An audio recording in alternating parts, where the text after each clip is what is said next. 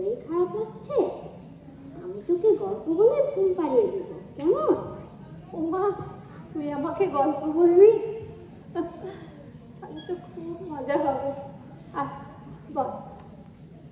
মনে আছে সেদিন খুব বৃষ্টি হয়েছিল, স্কুল বন্ধ হয়ে গেল। স্কুল থেকে ফেরার পথে দেখি অনেক মাছ খেলার মাঠে ছটফট করে লাফাচ্ছে। অনেকে গামছা দিয়ে মাছ ধরছে। জানো মাছগুলো কেমন করে পুকুর থেকে খেলার মাঠে এলো?